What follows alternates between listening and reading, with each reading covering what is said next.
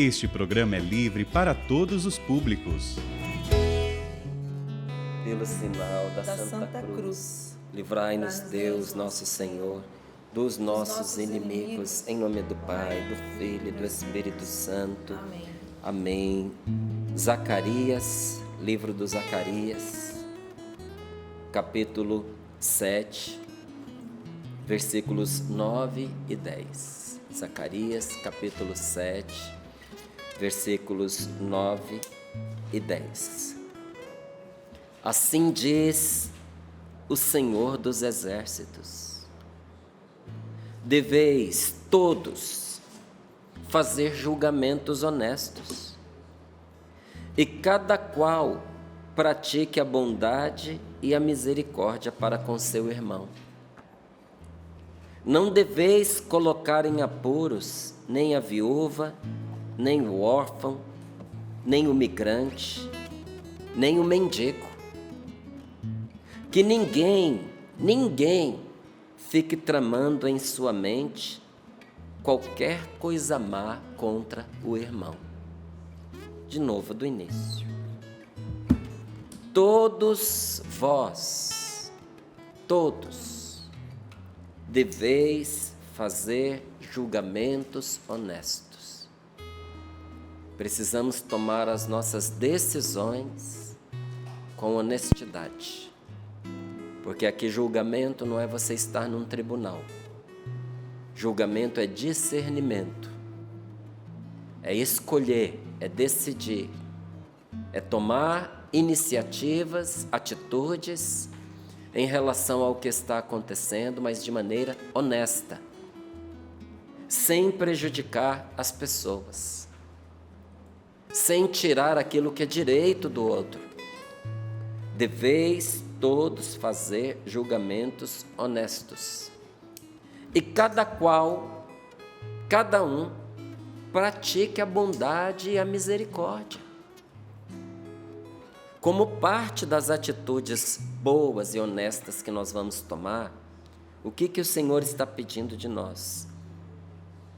Tenha uma bondade que acontece de fato na vida.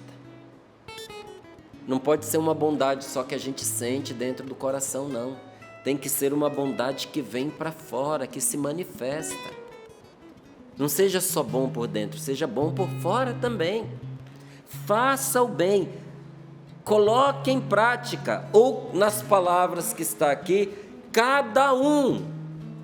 Não são todos. A palavra vira para cada um de nós de maneira particular. Cada qual aqui quer dizer você, quer dizer eu, cada um de nós pratique a bondade e a misericórdia para com o irmão, para com aquele que está perto de você. E se alguém tem dúvidas de quem é esse que está perto, olha ali o que diz o versículo 10. Não deveis colocar em situação de aperto, de apuro, em situação perigosa, desconfortável, prejudicial, que faça mal à pessoa. Não deveis colocar em apuros nem a viúva, nem o órfão, nem o migrante, nem o mendigo, nem aquela que perdeu o seu marido, que era o seu apoio, que era o seu sustento, que era o seu companheiro, que era o seu braço forte, que era o seu arrimo, nem aquele que perdeu o pai, que perdeu a mãe. São pessoas que estão fragilizadas. Nem o migrante, porque nem o migrante. Quanta gente boa e trabalhadeira lá em São Paulo está morando embaixo da ponte. São pessoas que vieram de áreas difíceis do nosso país, onde por mais que se trabalhe o resultado é muito pouco, minguado.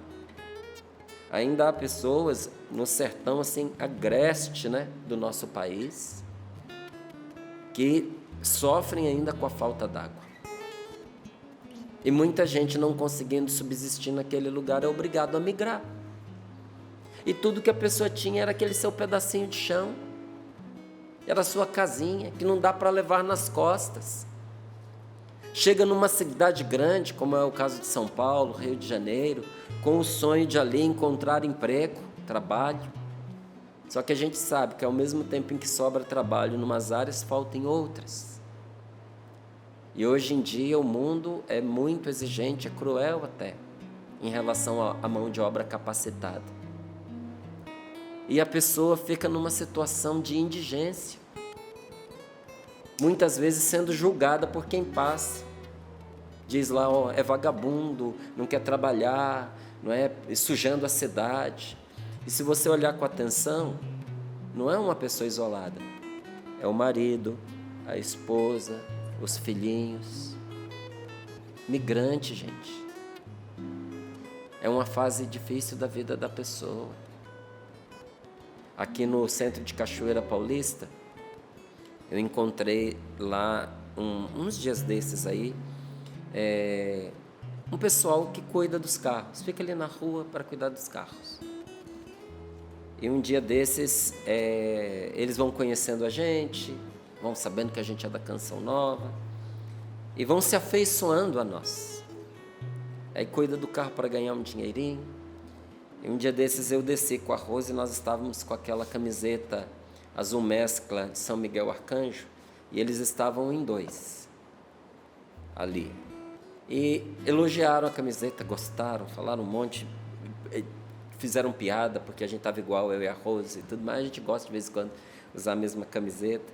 Eles se divertiram. E eu falei para a Rose, vamos fazer uma surpresa para eles. Aí passamos a andar no carro com 2 camisetas. Passaram-se uns dias, nós os encontramos. Demos a camiseta para um e para outro. Gente, um deles até parou de se aproximar de nós, porque ele não sabia como lidar com os sentimentos que se formaram dentro dele. O dia que ele criou coragem, ele falou, uma hora dessas você vai me procurar aqui e você não vai me achar mais.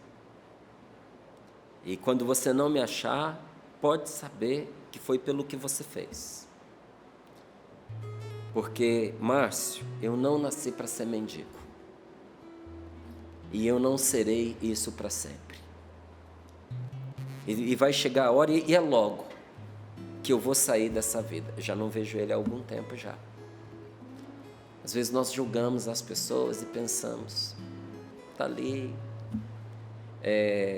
desocupado, não faz nada. Às vezes é uma fase da vida da pessoa. Tem muita gente que caiu na indigência, tendo 1, 2 faculdades, falando 3 línguas, virou mendigo. Porque estava desordenado por dentro. O que viveu despedaçou no seu íntimo. E até a pessoa se reabilitar para poder sair da indigência, leva um tempo. Por isso a palavra de Deus nos diz, não maltrate o migrante que está na indigência, não maltrate o mendigo, que ninguém fique tramando em sua mente qualquer coisa contra o irmão, seja ele o órfão, seja ele a viúva, seja ele o indigente, seja ele uma pessoa que está numa situação desfavorável. Olha, é um crime, viu, gente, aos olhos de Deus, um negociante que fica se prevalecendo da miséria alheia, oportunista, fica olhando aquelas pessoas que estão em perigo e que precisam de qualquer jeito fazer um negócio, e compram a preço de banana o que a pessoa tem de mais precioso, de mais caro. Isso pode escapar aos olhos dos homens, mas não escapa aos olhos de Deus. É uma injustiça. Numa dessas viagens à Terra Santa, inclusive aproveito e faço esse convite para você que nunca foi à Terra Santa, nunca foi a Israel, ali onde Jesus nasceu, onde Jesus viveu, tem esse sonho, mas às vezes tem medo de ir sozinho. Olha, é maravilhosa essa viagem, ela é extremamente importante. Se quiser, vá com a obra de Maria, vá conosco da Canção Nova. Em 16 de outubro desse ano, nós vamos lá à Terra Santa. Se você quiser, vamos juntos. Você entra em contato com a obra de Maria, o telefone está aí na tela, 0, código da operadora 12, 3186, 2055, e veja lá os caminhos que nós vamos fazer ali na Terra Santa. Eu te garanto, é seguro, é viável, está ao alcance de todos. Qualquer pessoa consegue ir, não é? E é inesquecível. E as coisas que você aprende são maravilhosas. Então, vou te contar uma que eu aprendi lá. Na Terra Santa, entre os judeus, se uma pessoa tiver numa necessidade muito grande, ela precisa do dinheiro, e por causa disso, ela vende algo, e um aproveitador compra dela pelo preço que não vale, muito abaixo, assim que ela passar da situação de aperto, ela pode entrar na justiça, que ele é obrigado a restituir o valor correspondente. Ele não pode se aproveitar daquela situação de carência para poder realizar aquela compra. Ele precisa pagar o que é justo. Vale a pena comprar? Pague o que é justo. Se você for injusto, a pessoa vai vender, porque ela precisa do dinheiro. Só que assim que ela resolver a situação, ela entra na justiça e ela vai ganhar. E desculpa eu dizer, está certo. Porque um negócio, para ser justo, tem que ser bom para as duas partes. Nós não podemos construir riqueza, gente, em cima de injustiça. Porque aí o mal entra na vida da gente. O demônio acampa na nossa porta. O pecado se assenta junto de nós.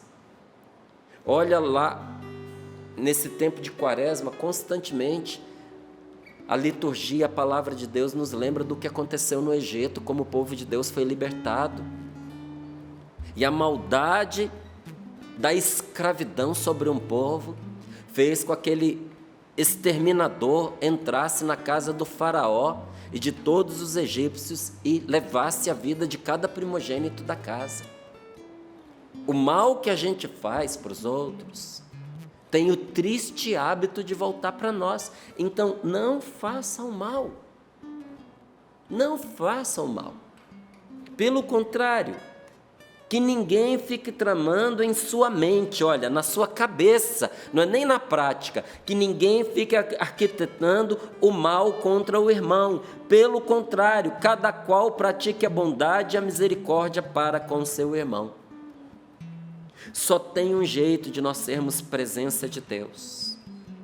Só tem um jeito de nós sermos amor de Deus. Só tem um jeito de nós sermos força de Deus para os outros. E esse jeito, você sabe qual é? É imitando o que Deus faz. Deus é bom e misericordioso.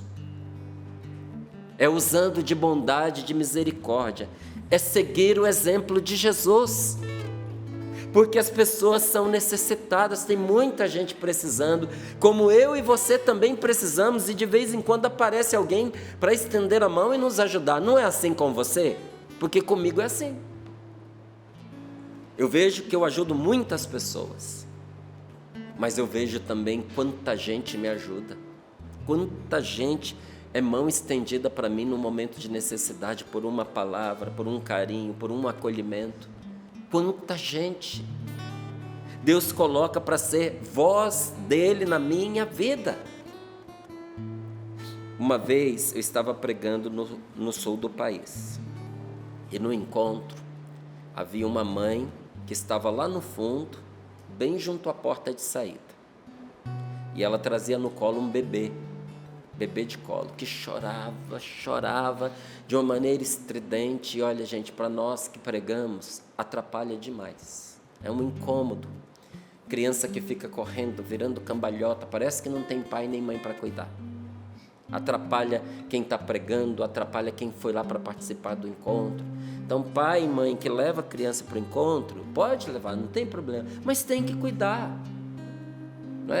Não é assim, deixar e vir as minhas criancinhas que Jesus falou. Deixar e vir, já veio, está lá. Agora não é fazer do lugar uma zorra, né? E às vezes acontece. Mas nesse caso, apesar de estar atrapalhando muito, não havia o que fazer. Porque era um bebezinho, não era manha. Você via que aquela criança, gente, chorava de uma maneira diferente, Paulo. Quando deu o intervalo, eu desci ali do palco e alguém falou para mim, tá aí uma mãe com uma criança, eu já sabia quem era, que precisa de ajuda. Aí me levaram até lá e disseram, Márcio, essa criança não mama o leite da mãe, não aceita aqueles leites que os médicos receitam, ela não está comendo nada, ela está num estado de inanição gravíssima, só está a pele e o ossinho, e ela provavelmente vai ser internada hoje ou amanhã, porque ela não come, vai ter que tomar soro. Essa criança está vivendo no soro. Você poderia rezar por esta criança? Aí eu volto aqui no que eu disse para você. Só tem um jeito de sermos presença de Deus, de sermos amor de Deus e de sermos força de Deus para os outros. E esse jeito é imitando o que Deus faz. Quando eu cheguei perto daquela mãe, que eu ia estender a mão para rezar pela criança, eu senti que Jesus queria que eu fizesse algo diferente. Então eu estendi as mãos e a mãe me entregou aquela criança que berrava. Quando a criança veio para o meu colo, eu tive certeza que ela não queria viver. A criança tinha decidido não viver, por causa de uma rejeição que ela sofreu por parte da mãe. E eu, tendo consciência disso, porque foi o que Deus colocou no meu coração, resolvi experimentar. Voltei como se eu fosse entregar a criança para a mãe, e a criança soltou o berreiro de novo. Ela não queria estar com a mãe. Então eu saí de perto, fui para um cantinho. Era um bebezinho, gente. Eu sei que não entende as palavras, mas o amor comunica o que as palavras não comunicam.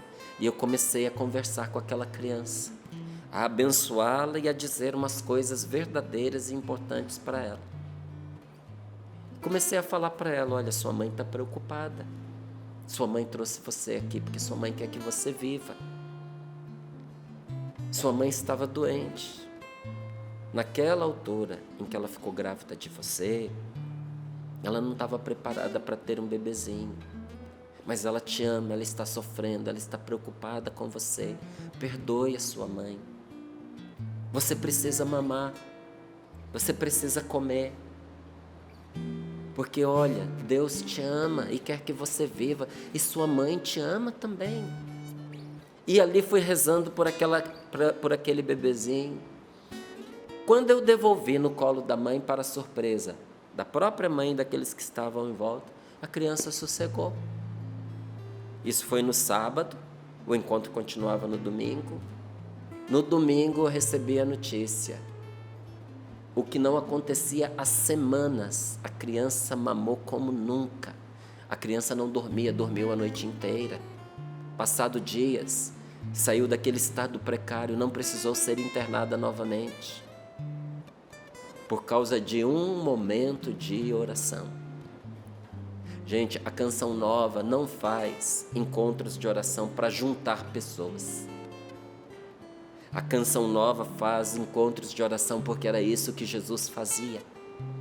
Ele reunia o povo para anunciar às pessoas que Deus veio para reinar, que não é o mal que vai imperar. Jesus veio para trazer a libertação e a cura a cada um de nós. Diga para mim se Ele não trouxe salvação para esta criança e para a mãe dela.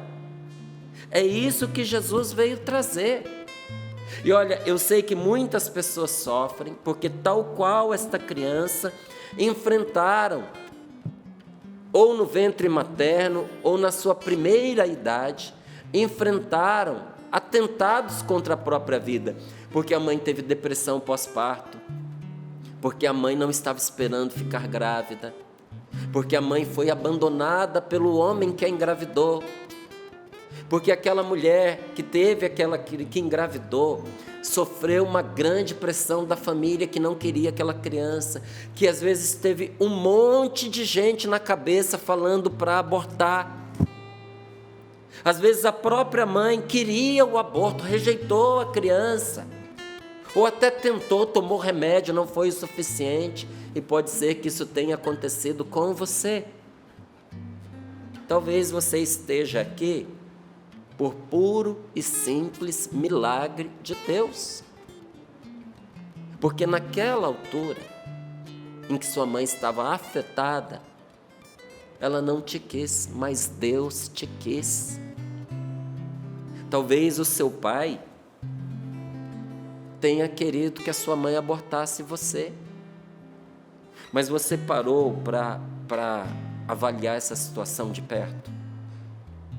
Que o amor venceu o desejo de morte na sua vida? Que o amor superou a indiferença? Às vezes, quando a sua mãe ficou grávida de você, teve gente que foi indiferente, disse: para que atrapalhar a sua vida? Tira essa criança, você é muito jovem, você não esperava por isso, você tem um plano, um futuro pela frente. Para que estragar o seu projeto de vida? Para aquelas pessoas eram indiferentes se você vivesse ou não. Mas não era indiferente para Deus. E o amor de Deus por você superou a indiferença daquelas pessoas, superou o desgosto da sua mãe, o desgosto do seu pai, superou a doença, superou a depressão da sua mãe, superou a repulsa. Você já perguntou para Nosso Senhor, se é esse o seu caso, por que você tem essa repulsa da sua mãe ou do seu pai? Talvez seja uma resposta de uma repulsa que você sofreu no ventre materno. Às vezes não era o coração, às vezes o próprio corpo rejeita, sabia? Tem mãe que passa muito mal na gravidez. E a criança pode entender que a mãe não queria, não é físico. A mãe queria, tanto quis, que te amou e você nasceu e ela cuidou de você. Então deixa eu lhe dizer uma coisa que o diabo nunca quis que você soubesse. Na sua vida, a vida venceu a morte. Amém. A vida venceu, Deus venceu. Reconheça a vitória de Deus. Pare de dar vitória à derrota. Pare de dar vitória ao diabo, pare de dar vitória ao descaso. Pare de dar vitória à coincidência, porque não foi coincidência. Deus venceu na sua vida e venceu porque te ama. E pode ser também que você tenha pensado assim: Márcio, eu descobri isso, não é? E uma mágoa latejou dentro de mim, e é talvez até essa mágoa que eu carreguei e sem saber, era fruto disso, de uma rejeição que eu percebi. Eu acho que eu perdoei a minha mãe. Será que eu perdoei de verdade? A tentativa de aborto, o querer abortar, me tratar diferente dos outros irmãos. Eu quero perdoar. Eu tentei perdoar, será que eu perdoei? Porque eu perdoei, mas algo ainda está quebrado dentro de mim.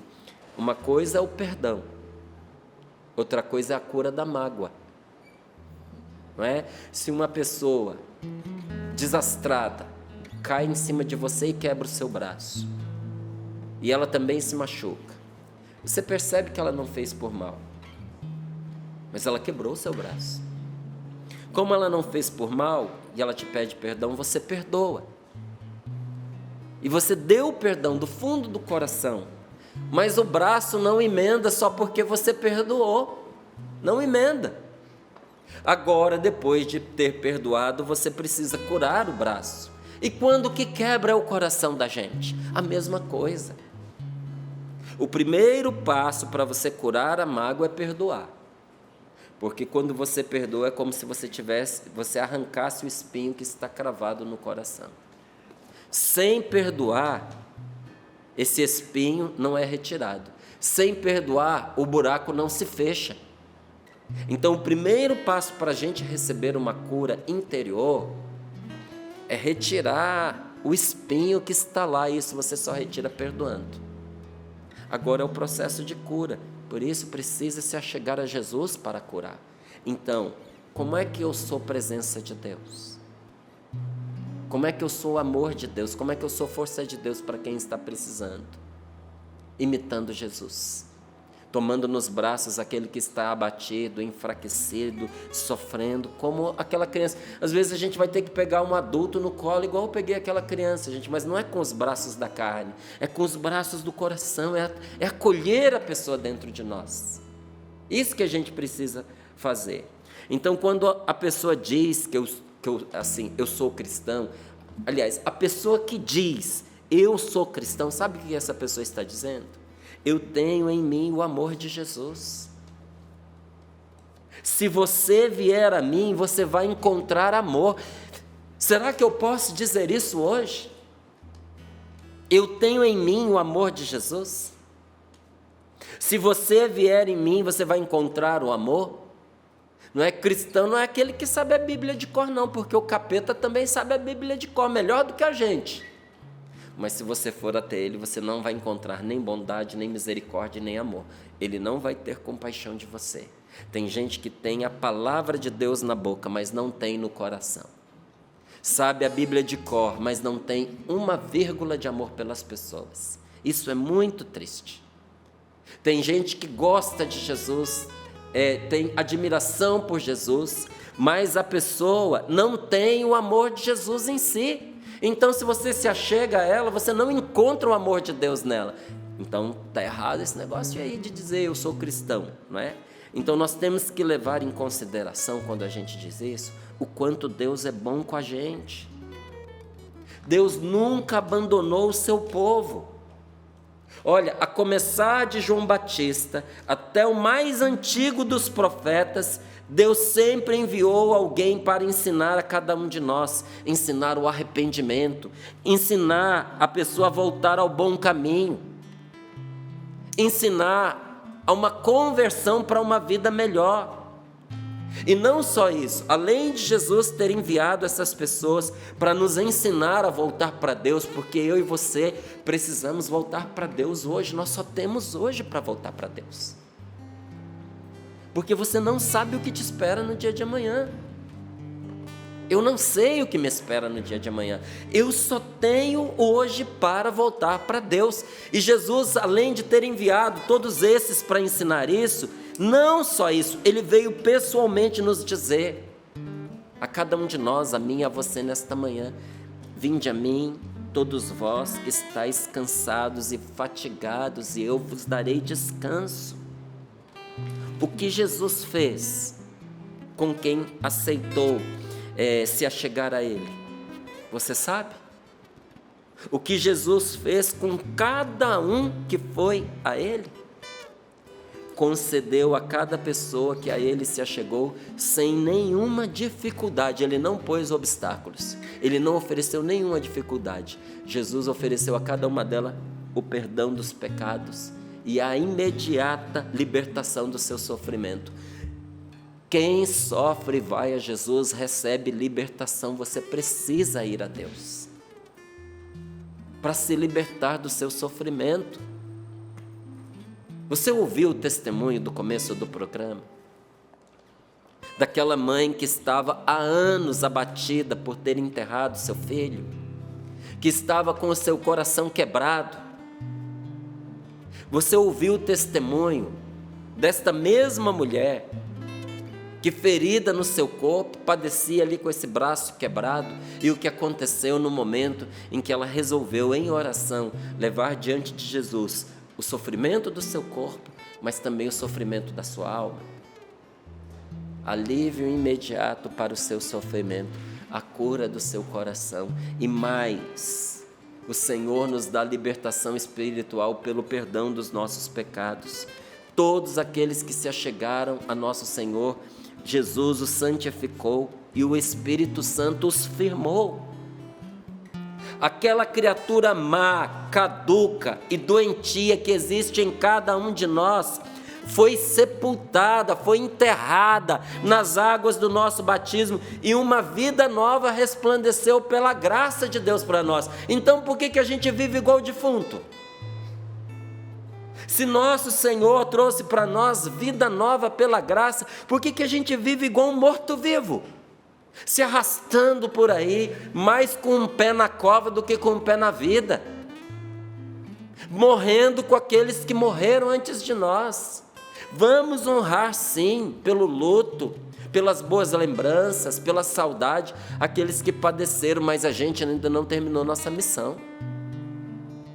Aqueles que o Senhor levou, cumpriram os seus dias aqui na terra.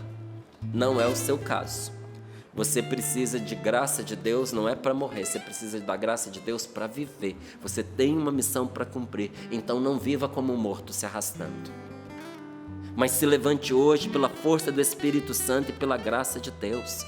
Os que foram a Jesus tiveram isso e tiveram mais ainda. De inimigos de Deus, nós nos tornamos amigos. Nós passamos de estranhos a filhos de pagãos, a gente santa e temente a Deus. Nós precisamos, gente, olhar para o Evangelho e aprender a ser mais de Deus com Jesus, o bom pastor.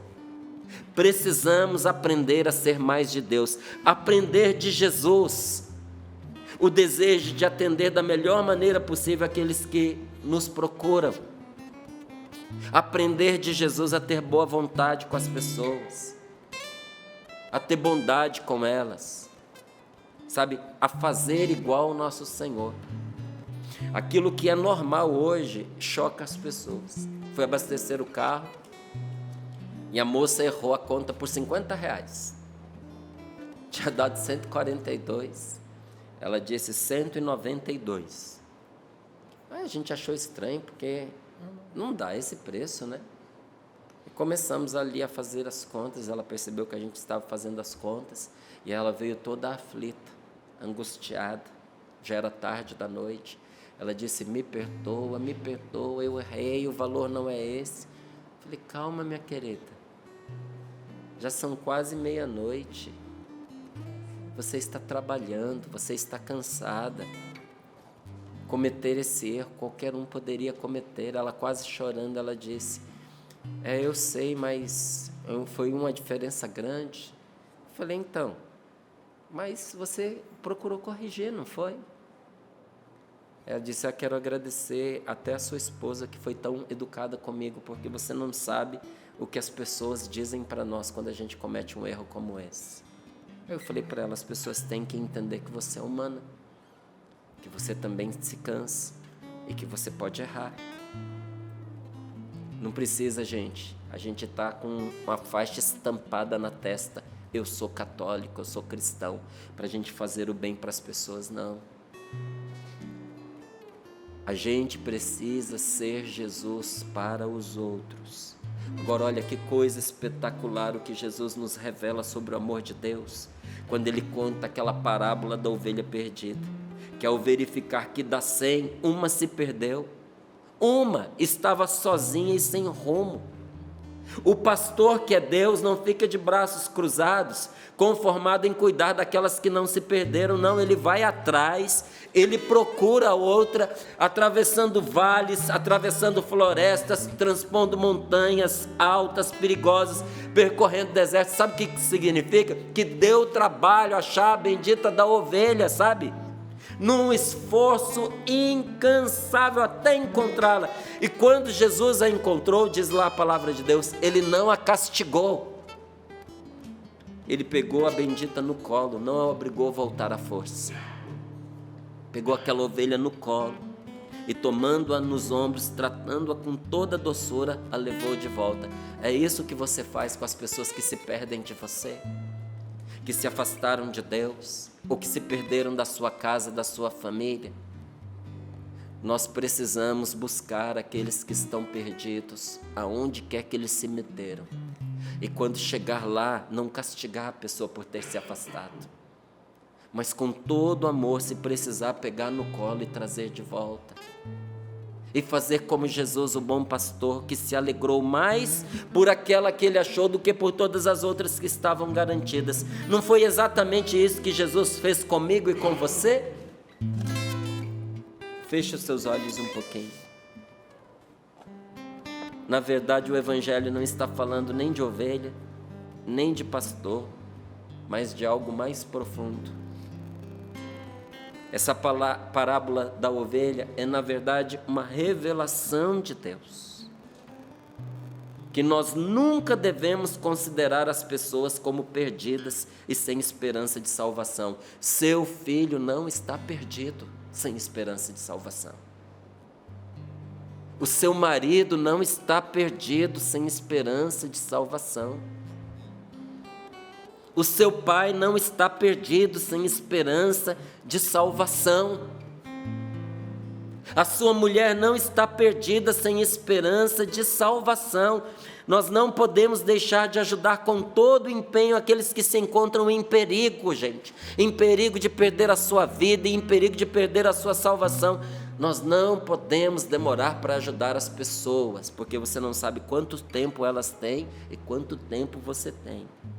Pelo contrário, peça agora ao Espírito Santo que te dê a graça de ajudar a pessoa a voltar ao bom caminho.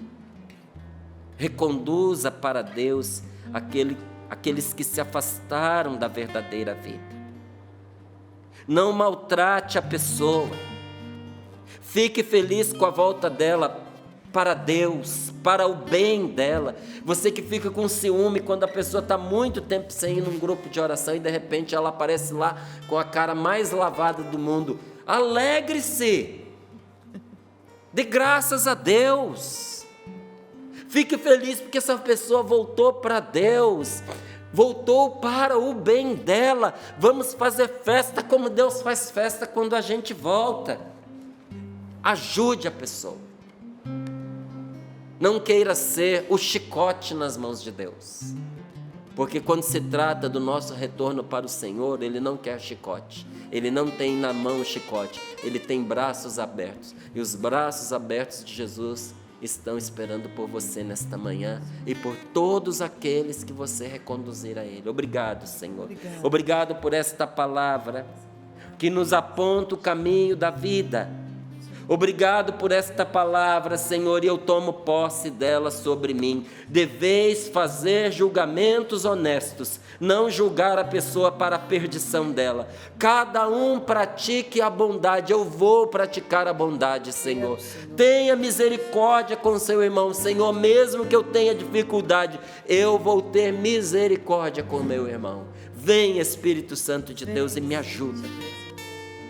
Senhor, fazei-me um instrumento de vossa paz. Onde houver ódio, que eu leve o amor. Onde houver ofensa, que eu leve o perdão.